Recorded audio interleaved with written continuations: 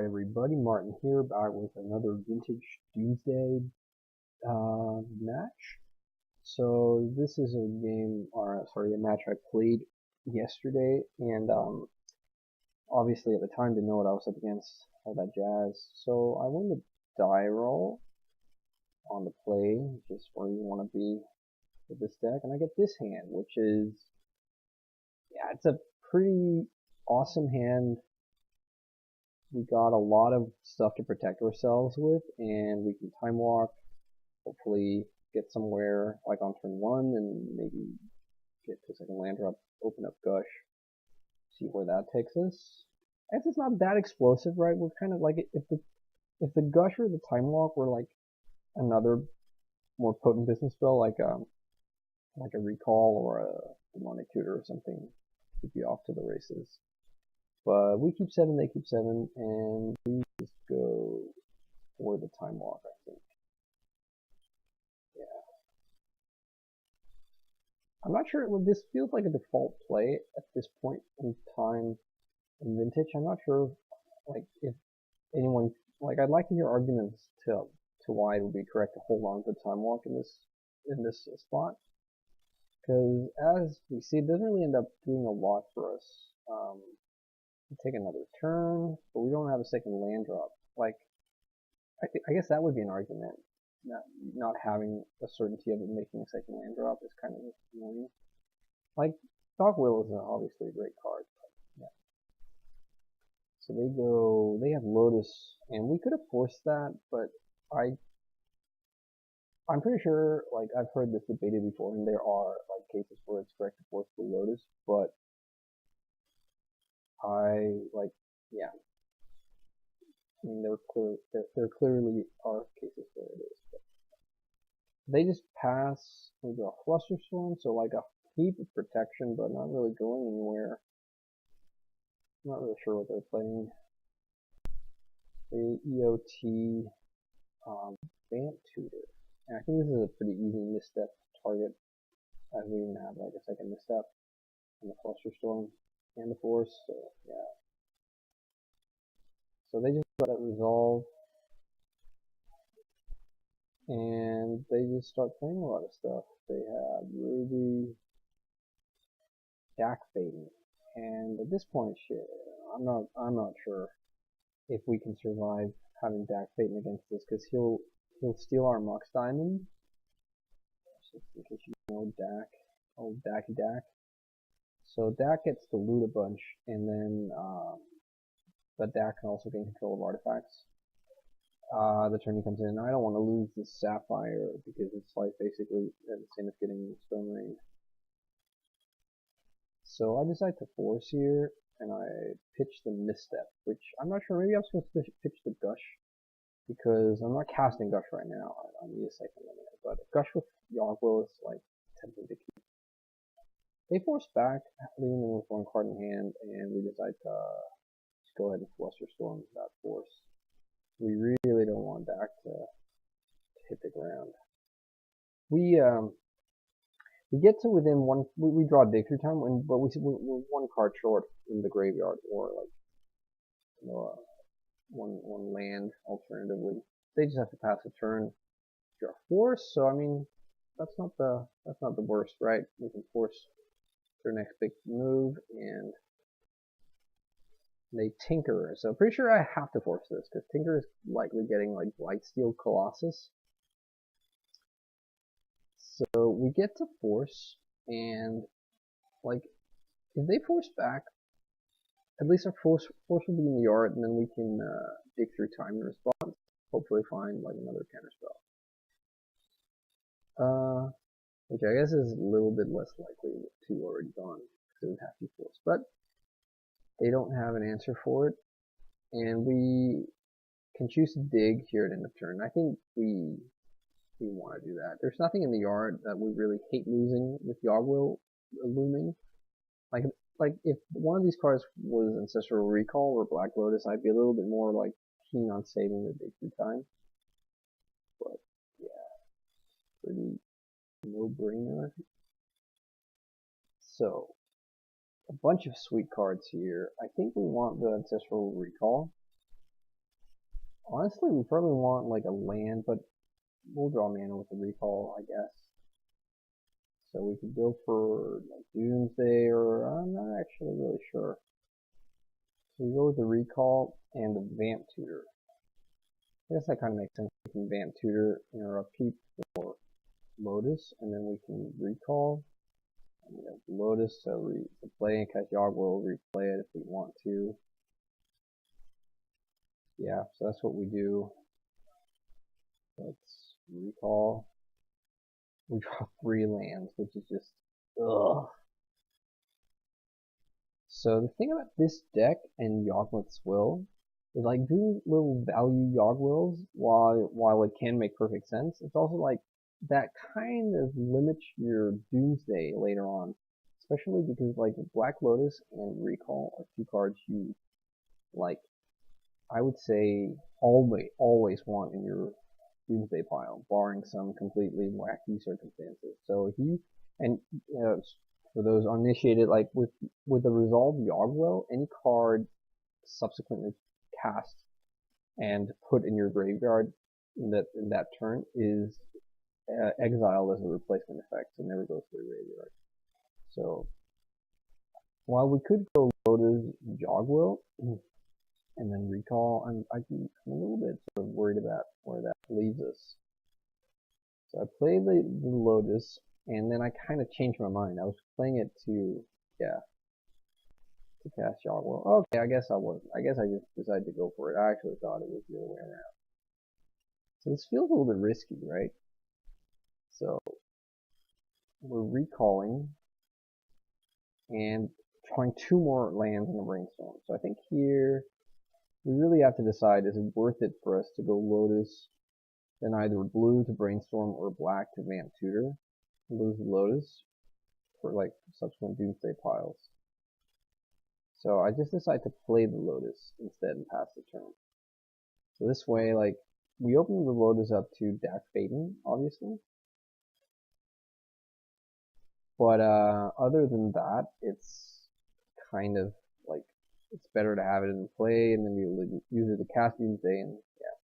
Meanwhile, our opponent draws into, well, I guess either, no, not the Lotus, they draw into the Yogwell, so that's kind of scary.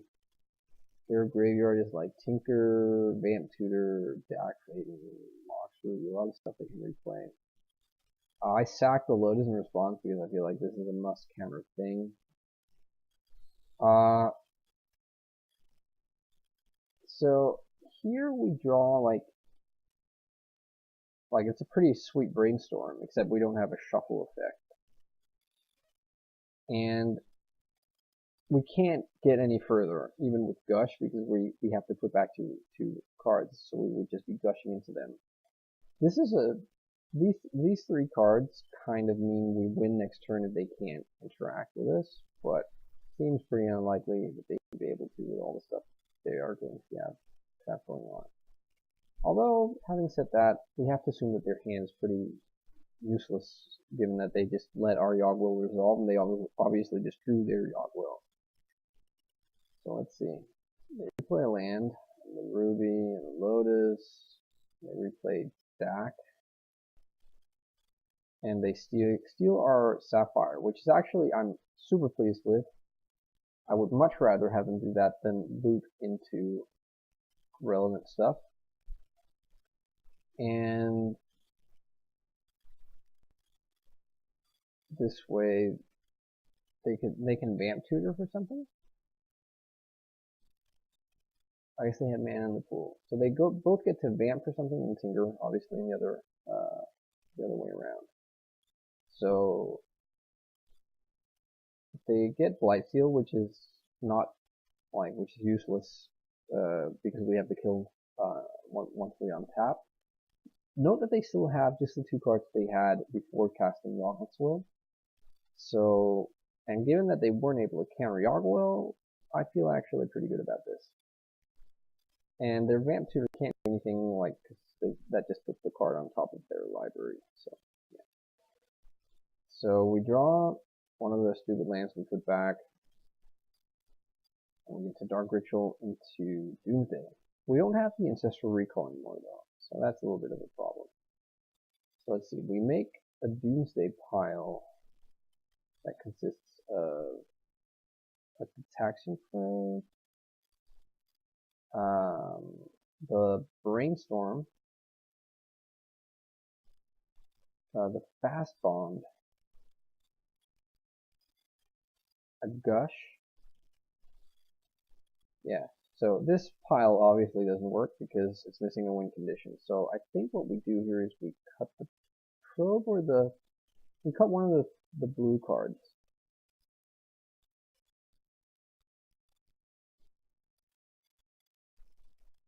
Let's see. Yeah. So we make a pile that is has the Lotus and the Fast Bond and the Gush and the Labman and the Brainstorm. So I guess we gush into Fast Bond Gush or Fast Bond Brainstorm. Fast Bond Brainstorm probably, right? I'm not sure. I don't remember, to be honest, but it's a pretty neat pile. Let's see if we make it so that Lotus is on the bottom. Yeah, we don't need the Lotus. So the Lotus was actually just like whatever. Could have been a different card. This way we get to gush into Fast Bond Gush, then gush again, drawing the Labman and the Brainstorm, and we'll get to have plenty of mana because of the Fast Bond and all these gushes. So we just play Labman and then Brainstorm for the win. And our library will only have one one card. So we're open to mental misstep if that was what they were sitting on, but they didn't mental misstep our Dark Ritual, so I feel pretty good about that. So float some mana, make sure to float a green, or not bounce the trop alternatively. Gush into Fast Bond Gush, and replay Fast Bond. We can play 5 lands, so it should be plenty. And replay some of these lands. Tap our lands.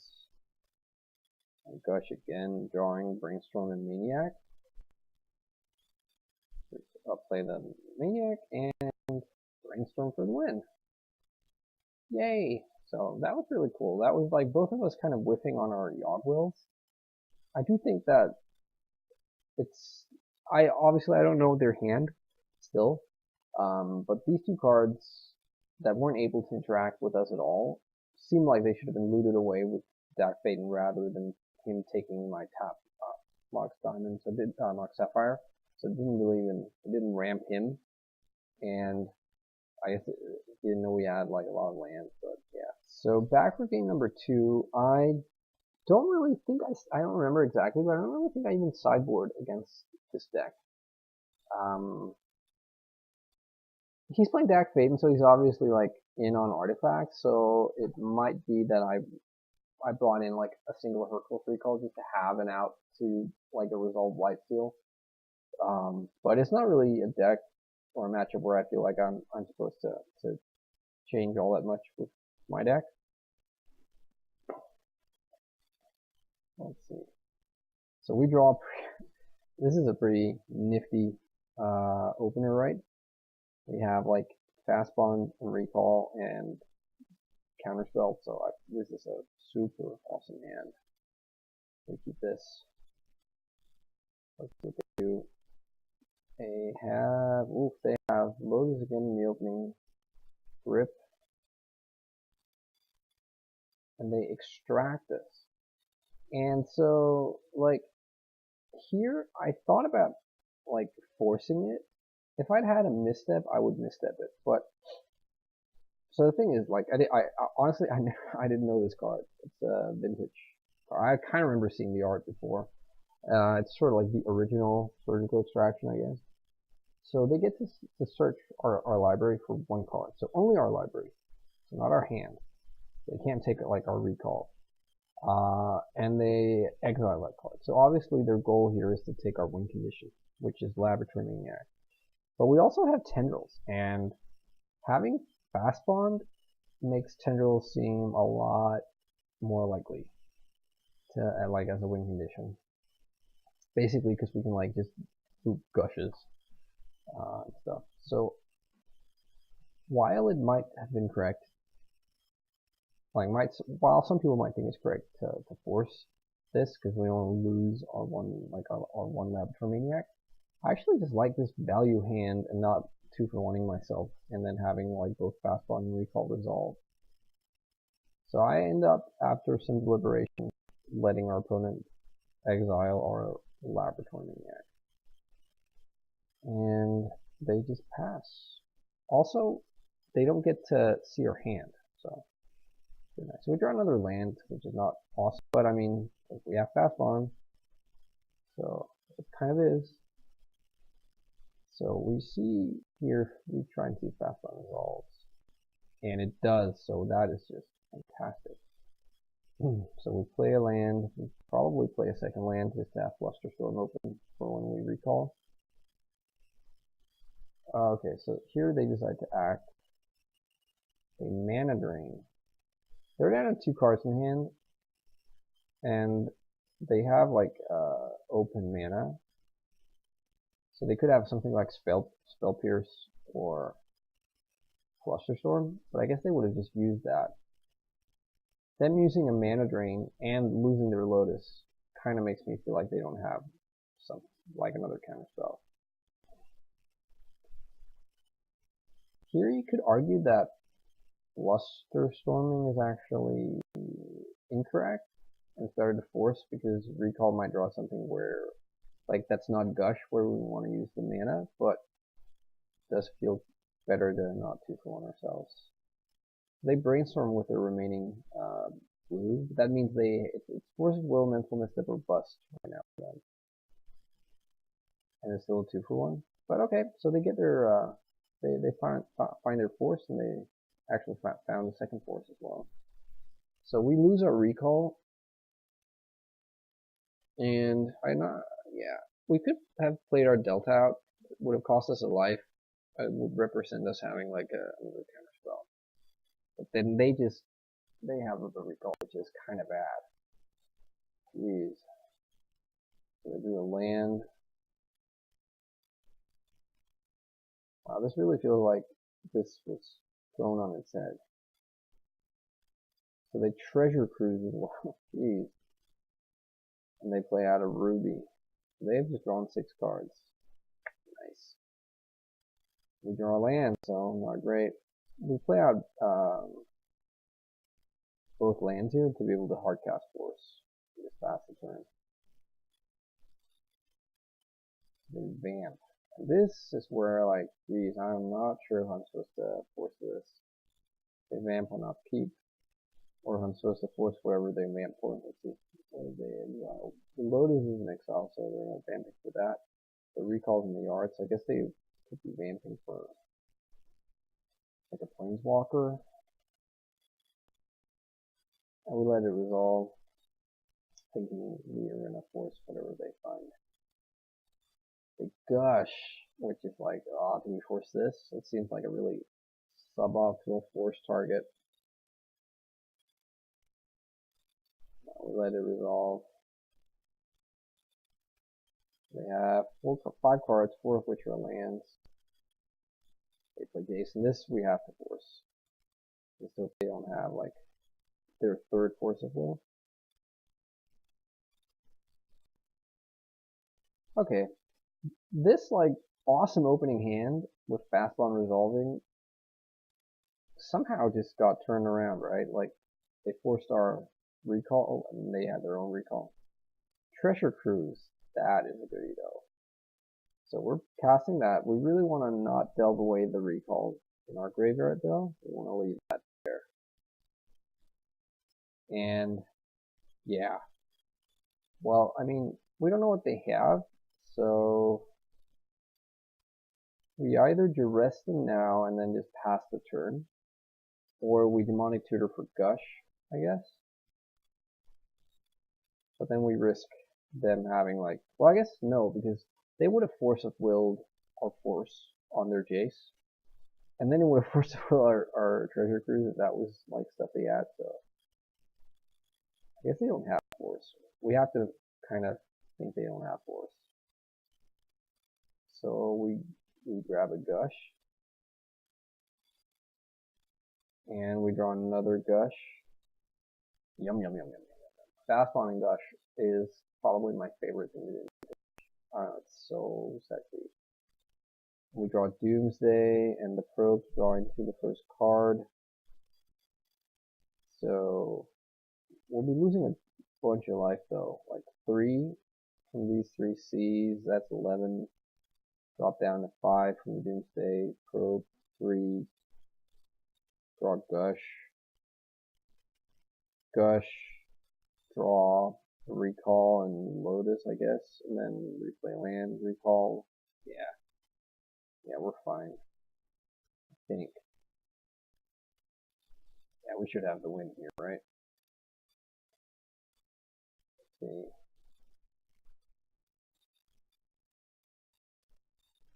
So we resolve Doomsday. Let's see, we make this pile.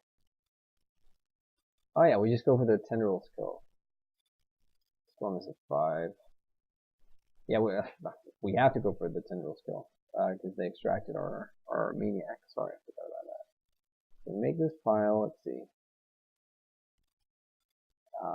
We make this pile here with the recall, with the Tendrils, Double Gush, and Lotus. And the misdirection, I think, is just filler. I wasn't really sure what to put there. So we make it Tendrils at the bottom, and then the misdirection, and then Lotus, Gush. So we probe, and we see double Gush on their part, but they don't have the second land to replay it. This is why you should never Gush without pass bond, kids. Remember that. It's not responsible. Yeah, so we can Gush again. Storm is now 8 and they're at 16. And we have no cards in our library, but we just play the Lotus. We don't have to take more damage. But we could take like an additional damage off the C and duress them for an additional Storm. But yeah, anyways. Just go for the sweet, sweet Tendrils kill. Alright, well, I mean, that was awesome. It's fun to make Tendrils piles. I don't do that very often. It seems like, you know, the default win is like the Maniac, but yeah, it worked out a treat here.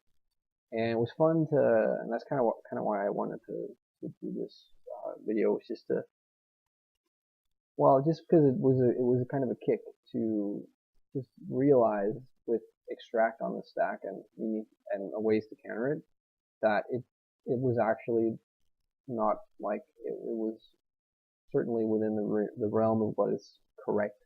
Just let it resolve, have them take the Maniac, and then we have 2 win conditions. So anyways, that's it. Thanks a lot for watching. I hope you like what you saw. Hope to see you watching again, I guess. And yeah, have fun. Bye bye.